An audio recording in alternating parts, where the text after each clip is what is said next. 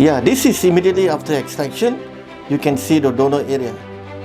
There's no bleeding, there's no mouth swelling, and it's already started to heal.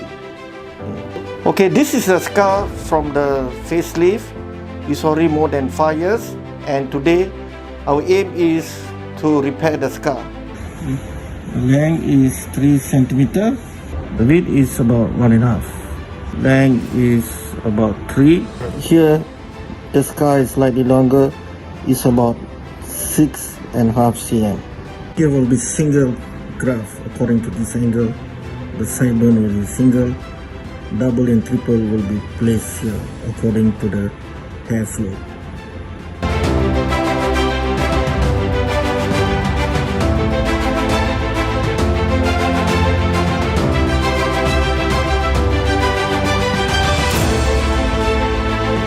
We have completed on the right side of the facelift scar. We have completed on the right side of the post facelift scar, and this is slightly longer.